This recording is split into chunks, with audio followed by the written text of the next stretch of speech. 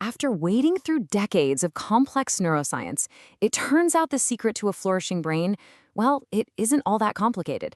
In fact, it really just boils down to a few core needs. So let's uncover what they are and see what truly makes our minds come alive. But first, let me ask you something. Have you ever felt completely and totally stuck? Unmotivated, low on energy, like your brain has just decided to power down? We've all been there. And it turns out there's a very real biological reason for it. The answer isn't some complex, crazy formula. It comes down to this number right here, 3. Your brain has 3 non-negotiable needs to operate at its absolute best. And here's the kicker. If even one of them is missing, the entire system just starts to power down. Okay, so first up is autonomy. This is the brain's non-negotiable demand to feel like you are in the driver's seat of your own life. But let's be super clear about what autonomy really means. It's not just about having options. It's that deep internal feeling that the path you're on is genuinely yours. This is the critical difference between doing what you want to do versus what you feel you should be doing.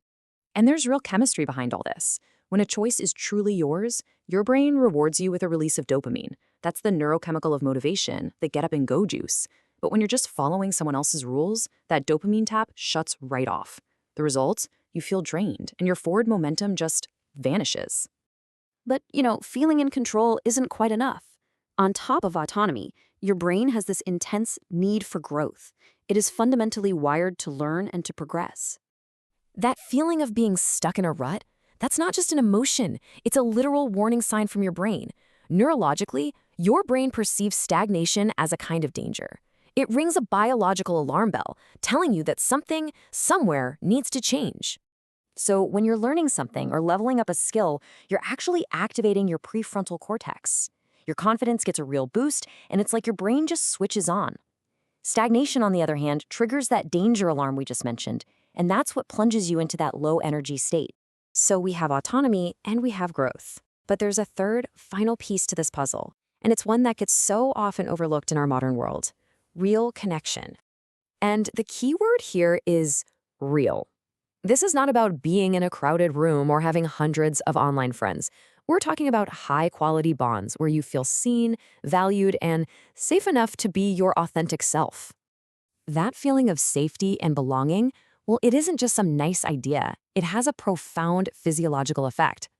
A genuine connection actively calms the amygdala. That's your brain's fear and threat detection center. It's really a powerful two-step process.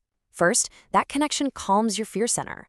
Then, your entire nervous system can finally shift out of survival mode. And when your brain isn't constantly scanning for threats, all that mental energy is freed up for the good stuff: creativity, problem solving, and growth. So, autonomy, growth, and connection. Let's put this into practice. If you're feeling that shut down sensation, don't judge yourself. Instead, start by asking yourself these diagnostic questions. Start with autonomy. I want you to look at your daily life, your career, your habits, and ask with total honesty, am I truly the one choosing his path? Or am I maybe just living out someone else's script for me? Next, let's examine your growth. Are you learning? Are you challenging yourself? Are the decisions you're making, the big ones and the small ones, contributing to your personal development? Or are they just keeping you stuck? And finally, connection. Think about the people in your life. Do you have at least one relationship or one community where you feel you truly belong? A place where you can be completely yourself without any fear of judgment? Now, answering these questions isn't about finding fault. It's about remembering this final, powerful truth. Your brain is an absolutely incredible instrument, designed not just to get you through the day, but to thrive.